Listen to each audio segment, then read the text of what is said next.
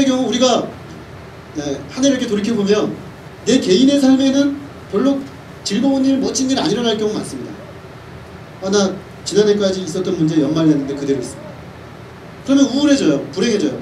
그런데 이런 우리의 마음에 불을 지르는 일이 벌어지죠. 옆에 사람이 잘 된단 말이에요. 그러면 두 배로 불행해지잖아요. 우리가 이게 통상적으로 하는 패턴이거든요. 근데 사랑으로 시기를 이기면 그 사람 이웃의 행복을 통해서 내가 행복해질 수 있다는 것이죠. 그 사랑이 너무 좋은 겁니다. 이게. 사랑한다는 게 얼마나 좋은 것인지.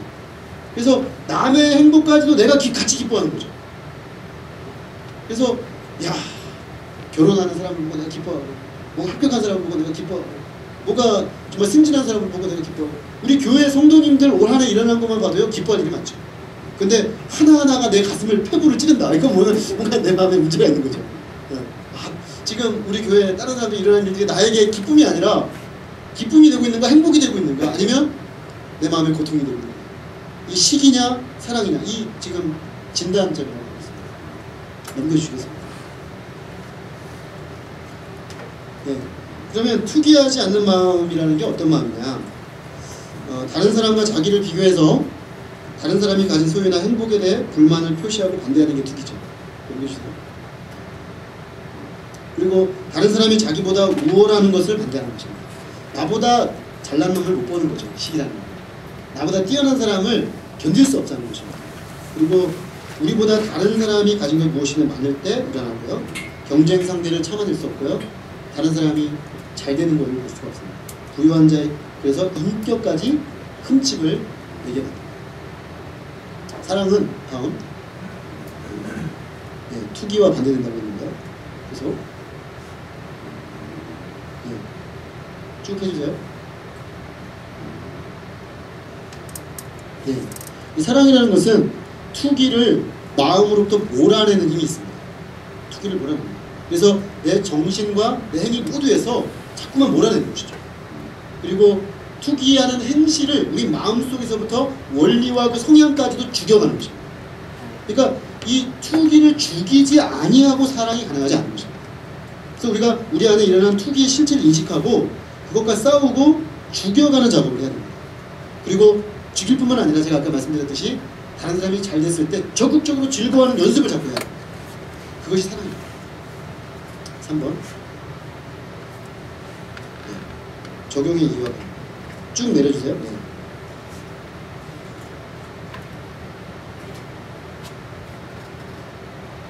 뭐 다 말씀드린 건데 세 번째, 네 번째, 과거와 현재를 점검하라, 변명하지 마라. 우리가 투기하지 않고 사랑하기 위해서는 자꾸만 점검할 필요가 있는 것 같습니다. 저는 제 자신을 볼 때 굉장히 투기가 심한 사람이라는 느끼는 것 같습니다. 제가 전에도 한번 말씀드린 적이 있는데 대학교 시절에 제가 얼마나 투기가 심한지를 깨달은 날이 있었는데, 아주 적나라하게 깨달은, 너무나 얼굴이 화끈거릴 정도로 부끄럽게 깨달았는데, 형제들하고 같이 공동으로 생활을 하고 있었는데 우리가 주일 저녁마다 형제들이 모여서 이제 같이 일주일 기도 제목을 나누고 감사 제목 나누고 그런 시간을 갖습니다. 그래서 뭐 생일이 있으면 생일 파티도 해주고. 근데 마침 우리 그 동기 중에 한 명이 생일이었어요. 그래서 우리가 생일 파티를 이렇게 해주고 있었는데 우리 진누가 목사님이 저녁에 이제 저녁 식사를 하시고 이제 잠깐 교회 연구실에 이렇게 들으신 거예요. 근데 이제 연구실에 쑥 들어가시면서 이렇게 생일인 걸 보시고 들어가셨는데 잠시 후에 그 생일된 형제를 부르시는 거예요. 부르셨는데 나올 때 보니까 뭘 들고 나오는 거예요. 제가 어떻게 했습니까? 아, 행복해. 전혀 행복하지 않았어요. 전혀 행복하지 않고 목자님이 편애하시네.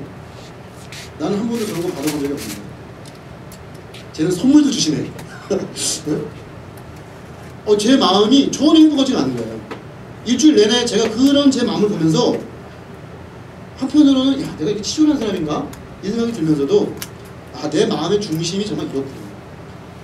친구의 생일날 목자님이, 저는 나중에 그걸 알거든요. 왜 그 친구를 챙기시는지. 그 친구가 어릴 때 그 부모님 사랑을 못 받고 자라는 부분이 있어가지고 목자님이 좀 표현을 하신 거예요. 사랑의 표현.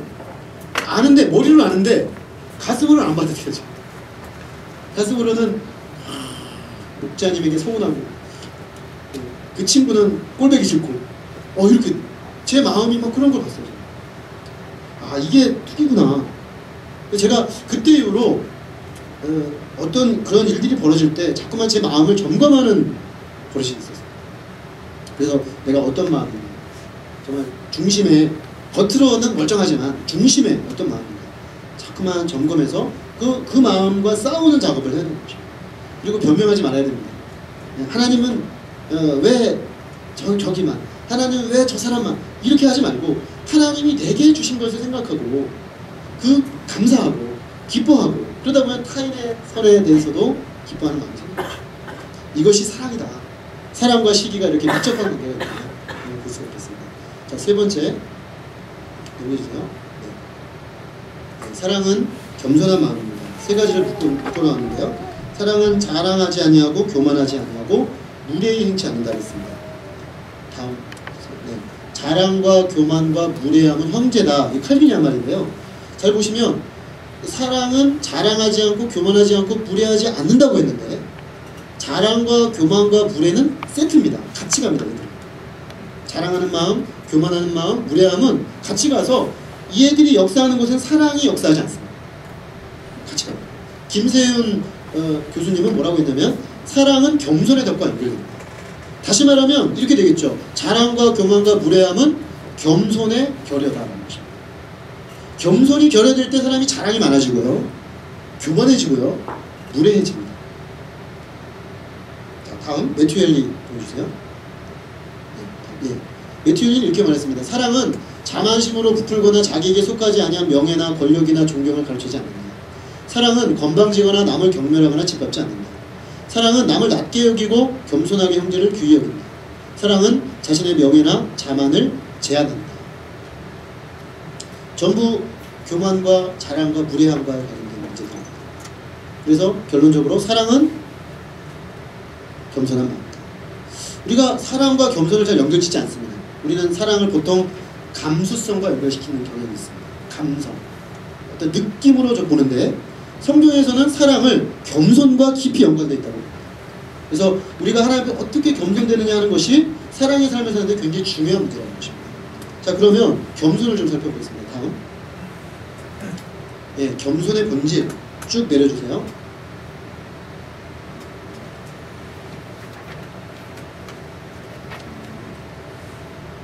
예, 겸손은 하나님 앞에서 우리들의 무가치함과 비열함을 알고 그에 합당한 마음의 자세를 갖는 것입니다.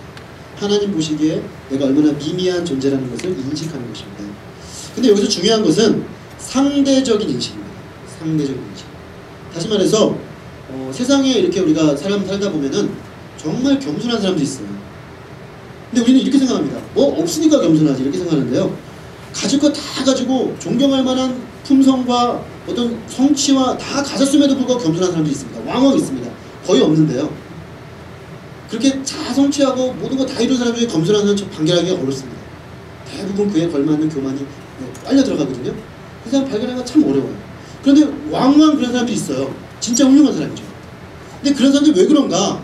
자기에게 그런 덕성이 있고 훌륭함이 있고 성취가 있지만 하나님 앞에서 자신의 상대적 미미함을 발견하는 거죠.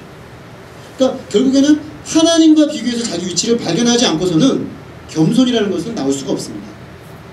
그래서 하나님 앞에 서니까 내가 품어야 될 그 이상의 생각을 품을 수가 없는 것이죠. 우리가 사람 앞에서는 조금 더 내가 잘할 수 있습니다. 사람 앞에서는 내가 좀 더 훌륭할 수 있습니다. 사람 앞에서는 내가 더 많이 성숙한 사람일 수 있습니다. 그러나 하나님 앞에서는 어떻습니까? 예수 그리스도 앞에서는 어떻습니까?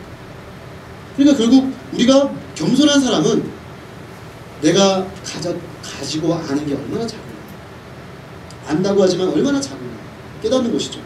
내가 힘이 있다고 하지만 이거 하나님 가져가시면 얼마나 작은 힘에 불과한 거예요. 내가 도덕적으로 탁월하고 착한 사람이라고 하지만 하나님의 거룩하심 앞에 얼마나 미약한 것입니다. 그래서 지식의 자금, 힘의 미약함, 도덕성의 한계를 깨닫는 것입니다. 그래서 결국 겸손은 자신의 자금과 무가치함을 아는 것인데 하나님을 알고 하나님 위대하심을 발견할 때만 합니다. 그래서 성경적인 의미의 겸손은 신자가 아닌 사람에게서는 발견할 수가 없습니다. 왜냐하면 결국 세상 종교의 본질은 자기 의를 쌓는 것입니다. 우리가 기독교 신앙생활을 하면서도 세상 종교적인 신앙생활을 할 수 있습니다. 얼마든지 할 수 있습니다.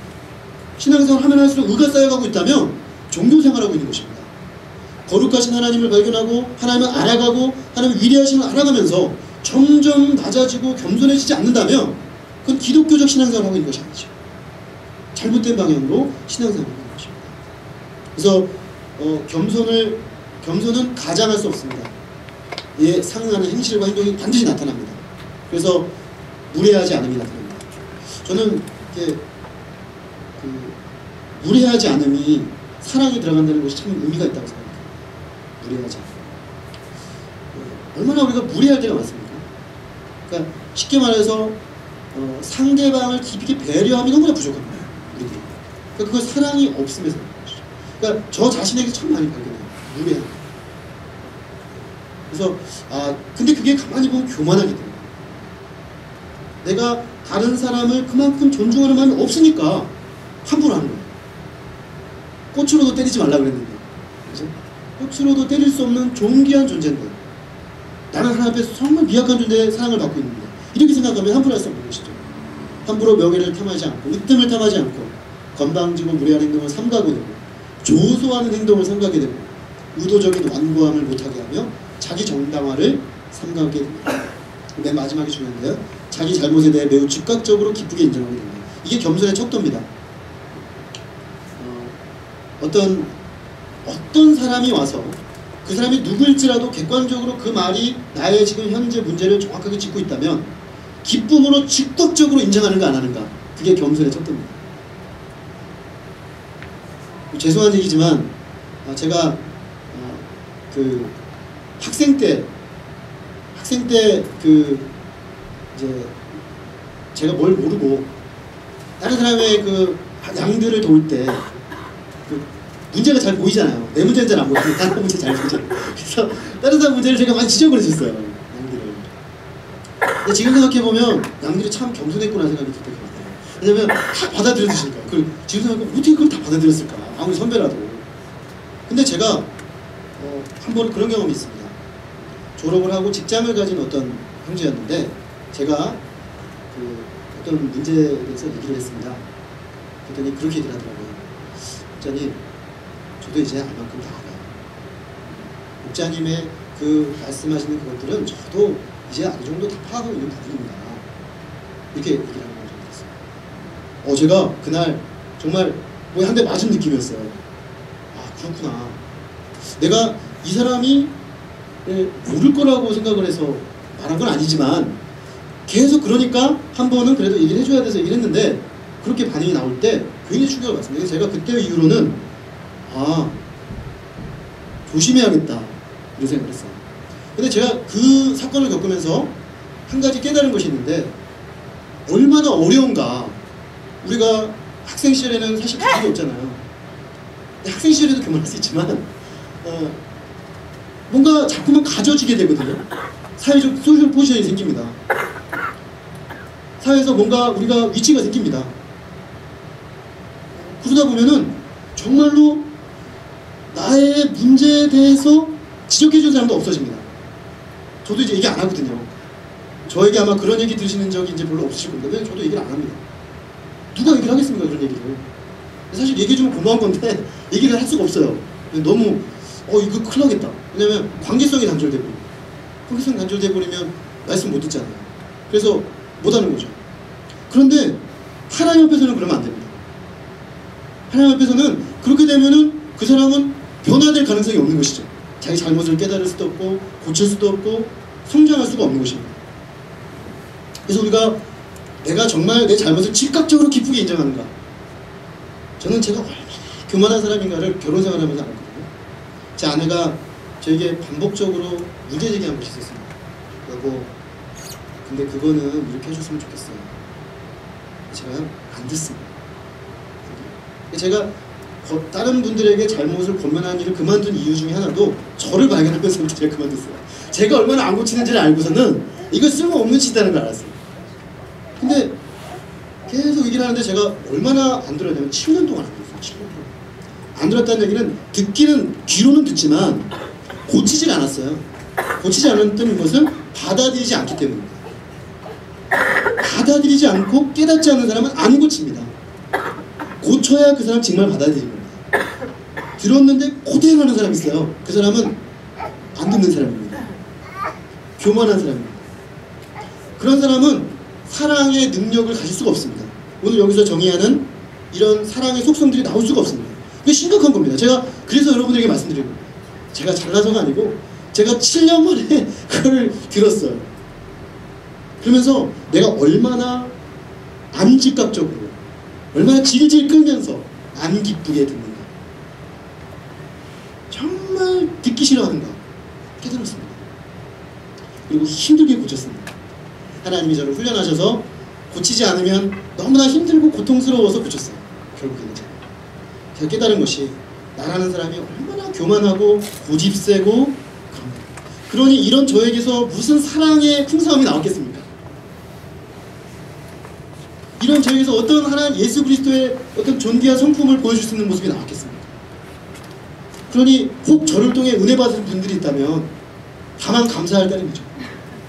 이런 저를 통해서 정말 설교를 들으시고 은혜를 받고 정말 하나님의 말씀을 공부받았다는 건 전 정말 감사해요.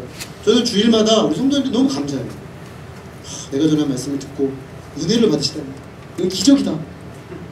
어쩌면 저랑 같이 안 살아서 그럴 겁니다.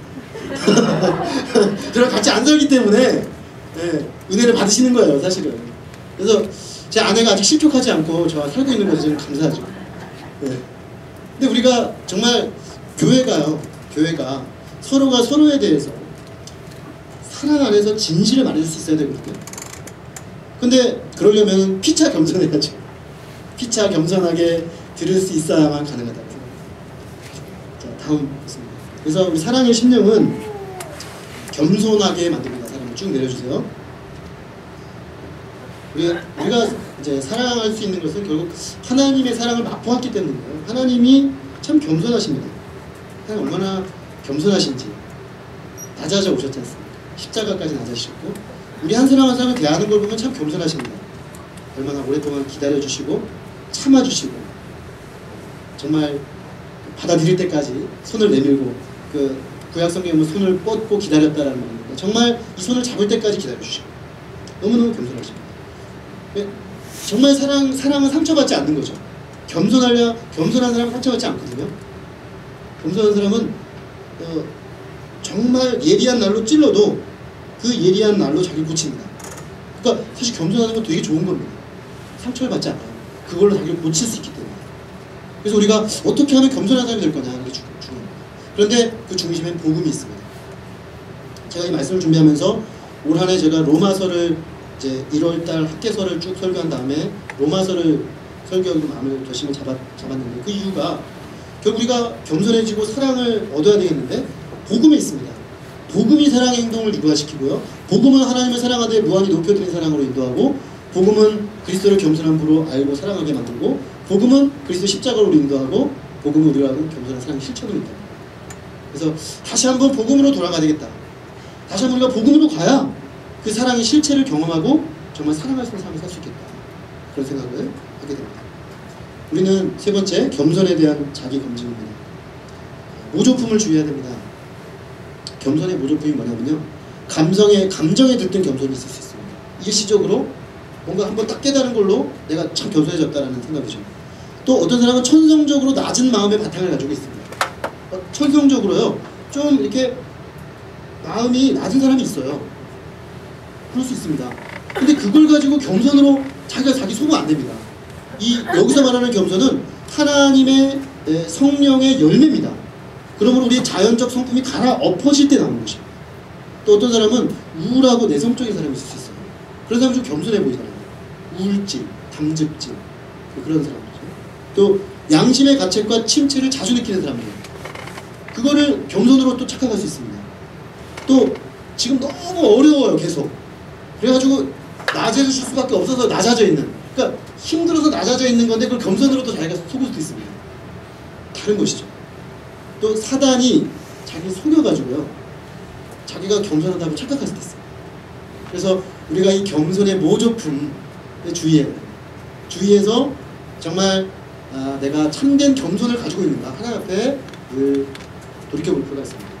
근데 이 겸손을 내가 겸손한 걸 테스트해 보려면요, 간단합니다. 하나님 앞에서만이 아니라 사람들 앞에 내 태도가 어떤 걸 보면 됩니다. 내가 처음 직장 상사나 학교 선배나 사랑하는 가족이 나에게 듣기 싫은 얘기를 했을 때 내가 어떻게 반응하는가를 보면 됩니다. 그게 겸손의 중요한 척도입니다. 듣기 좋은 얘기 말고요. 듣기 싫은 얘기. 듣기 싫은 얘기를 했는데 그거를 받아들이는 내 마음이 평화가 있다면 지금 그래도 하나님의 은혜가 있는 거죠. 근데 그 말을 듣는 순간 그 사람과의 관계고 뭐고 다 막 뒤집어 엎어지고 내 삶이 그냥 다 그냥 이게 막 올라오면 이게 뭔가 지금 내 마음이 하나님 앞에 많이 높아져 있는 것이죠. 그러니까 우리가 삶 속에서 그런 하나님의 기회를 주십니다. 그런 사건들을 통해서 주실 때 이게 자기를 쫙 돌아보는 그런 계기가 되면 좋습니다. 그리고 하나님 앞에 늘 겸손한 심령을 구하고 그것을 위해서 기도하는, 그러면 우리 안에 하나님의 사랑이 깊이 있게 깃들여질 수 있겠다, 이렇게 말할 수 있겠습니다. 자, 네 번째, 사랑은 자기만을 생각하지 않는 마음입니다. 이 사랑이라는 것이 여기 보면은 자기 유익을 구치 않는다 그러는데요. 왜 안 나올까요? 메뉴가? 이제 자기만을 생각하지 않는 마음인데, 그러니까 이 마음에서 문제가 되는 것은 이기심입니다. 근데 이기심이라는 것을 우리가 오해해서는 안 되는 것이 자기를 사랑하는 것을 무조건 반대하는 것은 아닙니다. 마태복음 19장 19절에 보면 예수님이 그 계명을 주실 때 뭐라고 말씀하시냐면, 너희는 너 자신과 같이 내 이웃을 사랑하라, 내 몸과 같이 이웃을 사랑하라 하셨거든요. 여기에 이웃 사랑의 전제가 뭐냐면 자기 사랑입니다. 그러니까 자기만큼 다른 사람 사랑할 수 있습니다. 이건 정말 진리인 것 같아요. 자기를 건강하게 사랑하지 않는 사람은 다른 사람을 건강하게 사랑할 수 없습니다. 그러니까 우리가 이기심이라고 했을 때는 건강한 자기 사랑을 다 내버려라 그런 의미는 아닙니다. 자기를 사랑해야죠. 그런데 자기를 사랑한다는 것을 넘어서 지나친 자기 사랑으로 가는 겁니다. 지나친 자기 사랑은 도가 지나치는 거죠. 도가 지나쳐가지고 자기를 사랑하는 것과 타인 사랑이 같이 가라고 그랬거든요. 예수님은 너를 사랑하는 만큼 다른 사람을 사랑하라고 했는데, 타인 사랑은 거의 없고 자기만 사랑하는 거죠. 그리고 자기에게로 모든 것이 수렴되는 것입니다. 모든 것. 그래서 자신의 행복을 사랑하지만 다른 사람의 것도 생각하면서 사랑하는 것은 이기적이라고 부르지는 않습니다. 자기 사랑이란 다른 사람들과는 나누지 않고 혼자만 차지하려고 하는 그겁니다. 그래서 기독교의 사랑은 이기심과 반대입니다. 다른 사람의 유익도 구하고요, 나누는 데 자꾸 관심이 생깁니다. 그리고 하나님을 즐겁게 하고 영화롭게 하고요, 이웃에 대해 긍휼히 여기고 불쌍히 여기는 이 네 번째가 중요한데요, 분파적이고 편파적인 마음을 넘어 공동체 유익에 관심을 갖습니다. 그러니까 분파적이라는 건 뭐냐면 나와 어떤 공동체에 들어가도 분파가 생긴 건 이런 겁니다. 자기를 중심으로 사람들을 만들어서 분류하는 거죠. 내 편, 저쪽 편, 우리 편, 저쪽 편. 그러니까 교회에서도 그럴 수 있습니다. 나와 비슷한 사람, 안 비슷한 사람. 이렇게 되면 교회가 어려워지는 거죠. 근데 사실 그 밑바닥에 뭐가 있냐면 이기심이 있는 것입니다. 자기 사랑이고 잘못된 자기 사랑. 그래서 자기와 동료들만 강화시키는 쪽으로 가려고 하는 것이죠. 그러니까 사랑이라는 것은 그걸 뛰어넘어서 전체를 보는 겁니다. 공동체를 보는 겁니다. 입장의 차이는 있을 수 있지만 그러나 전체에서 왜 그런 입장을 칠 수밖에 없는가 생각하는 거죠. 그게 사랑이라는 것이죠. 그래서 그게 점점 연습이 되다 보면 우리가 요한 1세에 나오는 것처럼 심지어 자기 형제를 위해 목숨을 버리는 그런 사랑까지도 갈 수가 있습니다. 그래서 우리는 끊임없이 사랑의 삶을 살기 위해서 나를 사랑하는 유익을 자꾸만 확장시키는 연습을 해야 됩니다. 초자연적인 하나님의 은혜를 구해야 되고요, 자기를 자꾸만 드리는 것입니다. 저는 이게 참 우리 시대에 중요하다고 생각합니다. 우리 시대는 자기를 우상으로 섬기는 시대입니다. 앞에 제가 물질주의, 쾌락주의 이런 몇 가지를 말씀드렸는데, 지금 이 시대에 나타나고 있는, 다시 한번 말씀드리면 물질주의, 세속주의, 신비주의를 말씀드렸는데, 이 세 가지가 전부 섬기는 건 자기입니다. 교회도 사람들이 다 자기를 섬기는 쪽으로 가려고 합니다. 우상 숭배입니다. 우상 숭배. 심각합니다. 제가 볼 때 심각합니다. 그래서 저는 제가 이 시대에 목회를 하면서 솔직하게 말씀드리면 참 목회하기 어려운 시대, 저 목회자가 됐다 생각합니다. 실제로 오카는 목사님이 이제 돌아가시 몇 년 전에 제 신학교 마지막 집회에 오셨습니다. 수양에 오셨는데 뻘뻘 우셔요. 막 막 통곡을 하면서 우세요. 또 저희가 너무 당황했어요. 저희가 너무 존경하는 목사님 오셨는데 껄껄 오시면서 두 가지를 말씀하셨는데, 하나는 내가 사랑의 교회를 저렇게 키우려고 한 게 아니었는데, 나는 그저 제자들 키우려고 했는데 너무 커져버렸다. 그분이 그렇게 울면서 얘기하셨어요. 그래서 제자가 만들어지지 않는다는 건 그분이 평가예요. 그리고 두 번째는 너희들이 생각할 때 내가 너무 마음이 아프다. 그렇게 얘기하시더라고요. 우리는 그래도 힘들긴 했지만 정말 사람을 제대로 복음 앞에 세울 수 있는 어떤 시대였는데, 내가 너희들을 볼 때, 너희들 세대를 볼 때 정말 목회하기 어렵다. 죽을 각오하고 목회해도 정말 복음 앞에서 반응하는 사람들 나오기 어렵다. 이렇게 말씀하시더라고요. 예, 그분은 뭔가 선지자적인 얘기를 하신 거겠죠. 근데 제가 생각할 때 상당히 일리가 있다고 봅니다. 우리 시대가 정말 자기를 우상으로 섬기는 시대이기 때문에 복음 앞에 자기가 깨뜨려지는 것이 너무 어렵습니다. 이게 돼야 참된 사랑을 할 수 있거든요. 저도 제가 아까 제 7년 얘기를 했지만 얼마나 안 깨집니까? 결국 자기 사람이거든요. 정말 지긋지긋해요. 제 자신이요 너무너무 지긋지긋할 정도로 안 깨집니다. 이기적으로. 그런데 이게 초자연적인 하나님의 능력이 임하지 않고서 깨지지가 않는 것입니다. 그래서 자꾸만 깨뜨리는 요소를 하셔야 됩니다. 정말 우리가 오늘 말씀처럼 사랑하는 삶을 살려면 어떻게 하면 내가 깨질까? 깨지는 자리로 가셔야 됩니다. 깨지는 자리. 어떻게 하면 내가 깨질 수 있을까? 만약에 우리 안에 그런 열망이 오늘 이 말씀을 통해서 나눠진다면, 여러분들이 그런 열망들이 조금이라도 생긴다면 제가 오늘 말씀을 나누는 의미가 있겠다 생각합니다. 근데 이걸 누가 해주겠습니까? 아무도 대신해 주지 않습니다. 저희가 예전에 선교회 시절에는 그래도 목자님이 분위기라도 만들었지만 지금 분위기 만들 사람도 없습니다.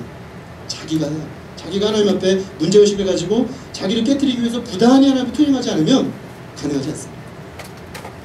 그래서 우리가 그리스도인이 된 순간 우리는 자기를 위해 살지 아니하고 하나님과 동료 신자와 연합하여 이웃을 위해 사는 존재로 다시 태어난 것입니다. 그렇다면 우리가 그것을 향해 우리가 어떻게 움직여주고 있는가 질문해 볼 필요가 있다고 했습니다. 사랑은 다섯 번째로 성내지 않습니다. 교만과 이기심을 제가 지금 말씀드렸는데요. 교만과 이기심은 두 가지로 나타납니다. 성냄과 비판하는 정신으로 나타납니다. 그 두 가지가 뒤에 나오는데요. 그래서 먼저 성냄을 볼 건데, 성내는 것의 특징은 에베소 4장 26절 분을 내어도 죄를 짓지 말라. 여기서 분이 성내는 것인데요. 분을 내어도 죄를 짓지 말라고 했기 때문에 죄 짓지 않고 분을 내는 것이 가능합니다. 그러니까 분을 내는 모든 것이 다 죄는 아닙니다. 예를 들어서 애가요, 제가 애를 키우다 보니까 분낼 일이 많습니다. 분낼 일이 많은데 정말 애를 사랑해서 분을 낼 수 있습니다. 도를 넘어가지 않는 범위는 있어요. 그러니까 모든 분이 다 죄는 아닙니다. 사랑 없으면 아닙니다. 그러나 사랑하는 마음은 합당치 못한 분을 넘어갑니다. 그럼 합당치 못한 불합당한 분노는 뭐냐? 다른 사람의 악행과 결정을 봤는데 다소 격렬하고 열심을 내서 도를 넘어서는 겁니다. 그래서 분내는 거는 악한 의지와 복수하고자 하는 마음이 포함되는 거거든요. 이것과 내 싸우겠다는 거죠. 화가 나는 거거든요. 근데 선한 의지로 일관하는 분냄이 있지만 부당하고 비기적인 분노는 첫째, 상대방의 하등의 잘못이 없는데 분내는 거예요. 애들 문제가 없는데 내가 지금 화가 나 있어요. 제가 가끔 애들한테 죄를 질 때가 있는데 내가 밖에서 지금 힘들었어요. 힘들어 들어갔는데 딱 어떤 애가, 우리 애가 어떤 일을 하는 걸 딱 봤어요. 촉발시킨 거죠. 촉발이 됐는데 내가 그냥 애를 그냥 반 잡아요. 제가 한두 번 그런 적이 있어요. 지금 생각해보면. 근데 그거죠. 얘 잘못이 아니고 내 문제죠. 내 안에 있는 것이 촉발돼가지고 분을 내버리는 거죠. 이 경우는 성내는 거예요. 여기서 말하는 성내지 아니함이 들어갑니다. 사소한 일을 가지고 분낼 일이 아닌데 확 하는 거죠. 또 다른 사람의 결정이 하나님 앞에서 봤을 때 문제가 되지 않는데 나에게 어려움이 되는 거죠. 그건 감당해줘야 될 문제인데 확 분을 내는 거예요. 그러니까 의를 위해서 분내는 게 아니라는 거죠. 또 다음, 분노의 목적이 부당할 때가 있습니다. 무례하고 생각 없이 내는 거예요. 분을 낼 수 있지만 상대방의 인격을 무시하면서 분내는 거예요. 애들도요. 애들도 혼낼 때 그 아이의 인격을 무시하면서 진리를 세우면 안 됩니다. 인격은 존중해야 합니다. 그러나 잘못을 분명하게 징치해야 이게 효과가 있죠. 근데 우리가 종종 그걸 잘못합니다. 깊은 생각이나 동기가 없이 격분되고 격앙되고 그냥 승질을 확 부려버리는 거죠. 그래서 정욕과 격정이 이성을 완전히 제압하는 상태. 이게 왜 나타나냐면 자기 자신의 긍지를 높이고 영향력을 높일 목적으로 다른 사람을 위에 서려는 마음으로 한다. 자기가 힘이 있다는 걸 과시하는 방법이 되기도 한다는 거죠. 마지막으로 분노의 정도에 있어서 부당한 경우가 있습니다. 제어할 수 없을 정도로 도를 지나칠 경우는 이건 여기에 해당됩니다. 이성을 잃고 감정에 지나치는 거, 시간이 지나치게 과도한 거, 그때 하고 넘어가지 않고 계속 몇 날 며칠 계속되는 거죠. 그래서 분냄이 오래가면 악한 의도로 변질되고요, 사단이 그것을 이용해서 우리를 질질 끌고 다닙니다. 그래서 사랑은 이런 것과 싸우는 것입니다. 그래서 그리스도인 사랑은 부당한 분냄을 용납하지 않고요, 선한 의도를 갖는 것입니다. 예, 자기검증, 돌아보라. 특별히 이게 어떤 우리 안에 그 감정 조절 문제라고 생각합니다. 감정 조절. 우리가 그리스도인이 정서적으로 건강한 교회라는 책이 있는데요, 제가 그 책에 도움을 많이 받았습니다. 정서도 우리가 성화되어야 되거든요. 우리의 지성도 진리의 말씀으로 성화되어 가야 되고요, 우리의 의지도 성화되어 가야지만 감성도 성화되어야 됩니다. 근데 우리가 예수님 없이 오랫동안 살았기 때문에 그 삶이 우리에게 감성을 비틀어 놓은 것이 있습니다. 근데 그것이 어떤 조건과 상황이 주어지면 과도하게 표출됩니다. 이게 이제 분냄인데요. 그렇기 때문에 우리가 문제의식을 가지고 자신의 이 감성적인 부분이 하나님 앞에 치유받을 수 있도록 하나님이 자꾸 내어놓을 필요가 있습니다. 그래서 하나님이 치유받고, 그래서 제가 오버했을 때는 인정을 빨리 해야 됩니다. 빨리 인정을 하고 백하고 주님 앞에 돌아보고 그 작업을 부단히 하다 보면 점점 통제할 수 있는 힘이 생기는 것이죠. 그러다 보면 우리가 다른 사람을 대할 때 정말 사랑으로 운영하게 할 수 있는 힘들이 생긴다고 할 수 있겠습니다. 그 다음에 사랑은 악한 것을 생각지 않는다고 했습니다. 이것을 악평하지 못하게 한다는 건데요. 사랑은 검열관식 악평을 넘어선다고 했습니다. 사람은 다른 사람의 약점을 생각하고 싶은 마음을 넘어섭니다. 다른 사람의 상태에 대해서 악평하는 거죠. 예를 들면 이런 겁니다. 다른 사람의 신앙 고백에 대해서 이거 참 우리가 이거 쉬운데요. 같은 기독교인임에도 불구하고 나와 동일한 신앙 패턴을 가지지 않는 사람의 신앙을 인정하지 않으려는 경향이 있습니다. 신앙적으로 열심히 있는 사람일수록 그렇습니다. 이 악평입니다. 저 사람 참신자 맞아? 저 사람 거듭난 사람 맞아? 이게 너무 쉽게 가는 건 좀 조심해야 돼요. 물론 우리가 분별은 해야 되겠지만 그것을 입으로 내는 건 상당히 조심해야 됩니다. 그리고 정죄하기에 너무 빠른 거, 빨리 정죄해버리는 거. 그 사람 왜 그래? 쉽게 해버리는 거. 그 다음에 어떤 사람도 인정하지 못하는 거예요. 그래서 이 악평이 너무 심각한 사람은 그 사람에게 인정받을 수 있는 신앙인은 한 명도 없습니다. 그래서 모든 세상의 신앙인들을 다 비판하는 거죠. 종종 볼 수 있습니다. 그러니까 이거는 그 마음에 사랑이 없는 것입니다. 그래서 다른 사람의 기질과 행동과 이런 것들을 잘못 평가하는 거죠. 다른 사람의 좋은 기질은 다 지나쳐가고 악한 기질은 크게 확대해서 보는 거죠. 다른 사람의 행동에 대해서 근거가 없이 악하다고 하고 행동을 주로 악하게 해석하는 거예요. 어떤 사람의 어떤 행동이 때로는 대부분의 경우는 그렇습니다. 긍정적인 부분이 조금이라도 있고 부정적인 게 있는 거죠. 근데 부정적인 것만 확대하려는 경향이 있겠습니다. 이런 것과 싸워야 됩니다. 물론 우리가 이제 판사라든가 사회적으로 어떤 객관적으로 판단을 해야 될 필요가 있습니다. 또 이성적 판단을 해야 될 수도 있습니다. 그런데 여기서 문제가 되는 건 이성적 판단이 사랑과 조화를 이루지 않은 채로 넘어서가는 거예요. 이런 것들을 우리가 넘어서야 됩니다. 또 악한 것을 생각하고 판단하는 것 자체를 빨리 하고 즐거워하는 거예요. 늘 그런 것만 생각할 수 있습니다. 늘 다른 사람의 나쁜 점, 안 좋은 점만 생각하면서 시간을 보내다 보면은 사랑의 마음이 점점 사라집니다. 그러니까 가능하시다면 시간이 남으실 때 우리 교회 성도들의 좋은 점을 하나씩 생각해 보십시오. 그리고 내 직장 생활 같이 하는 사람의 좋은 점을 하나씩 생각해 보십시오. 그러면 자기도 모르게 내 안에 사랑의 마음이 생겨납니다. 제가 얼마 전에 제 아내 생일이었는데 생일을 거의 잘 못 챙기다가 정말 간만에 편지를 썼어요. 근데 편지를 쓰다 보니까 너무 고마운 거예요, 아내한테. 감사한 게 참 많더라고요. 그래서 정말 대단한 시를 썼습니다. 정말 이게 발표하고 싶은 시를 썼어요. 그때 막 감성이 충만해가지고. 근데 생각해보니까 감사한 점, 장점을 생각하니까 많은 거예요. 사실은 너무너무 많은 거예요. 근데 그게 안에만 그렇지 않거든요. 그러니까 모든 우리 주변에 있는 사람들이 보면 다 장점들이 있어요. 좋은 점을 생각했는데 우리가 이게 죄성이라는 게 자꾸만 악한 쪽으로만 생각하게 된다는 거죠. 그래서 그 점과 우리가 어떻게 싸울 거냐, 우리가 올 한 해 사랑의 삶을 산다고 했을 때 이 싸움에 문제가 있다는 것입니다. 네. 쭉 가죠. 좀 빠른 속도로 가겠습니다. 쭉 넘어가고요. 7. 사랑은 거룩한 행실을 유도한다. 불의를 기뻐하지 않고 진리와 함께 기뻐한다. 이거는 이제 오해의 국면만 좀 잡겠습니다. 사랑은 수동적이고 부드럽기만 하다고 생각하는 경향이 있습니다. 그러나 사랑은 불의를 기뻐하지 않고 진리 편에 서서 선한 방법으로 투쟁하는 면이 있습니다. 그래서 싸우는 측면이 있습니다. 사랑으로 싸워야 합니다. 그런데 모든 악과 반대는 선한 것들을 유발하기 위해서 싸워야 되는 것이죠. 그래서 우리가 거룩한 행실의 실천과 선행이 우리 사랑을 통해 나타나요. 그래서 자꾸 의가 나타나야 되는 거죠. 우리가 검증하는 질문은요, 우리의 은혜가 거룩을 창출하지 못함을 보고 슬퍼하고 있는가, 습관적으로 죄 짓는 것에 대해 싸우고자 하는가, 거룩한 행실로 가는 것이 소망이 되는가, 거룩한 행실을 내고 싶어서 목마르고 줄이는가, 거룩하게 살려는 일에 애쓰고 있는가. 이것이 우리로 하여금 진리 앞에 사랑으로 살고자 하는 그 열망을 가져온다는 것이죠. 8번. 사랑은 마땅히 모든 고난을 감수하게 합니다. 사랑은 허물을 덮는 것인가요? 특별히 그리스도를 믿음으로 생기는 고난을 감당하는 힘이 생깁니다. 사랑은. 그래서 고난 중에서도 하나님을 사랑하고 이웃을 섬길 힘이 생깁니다.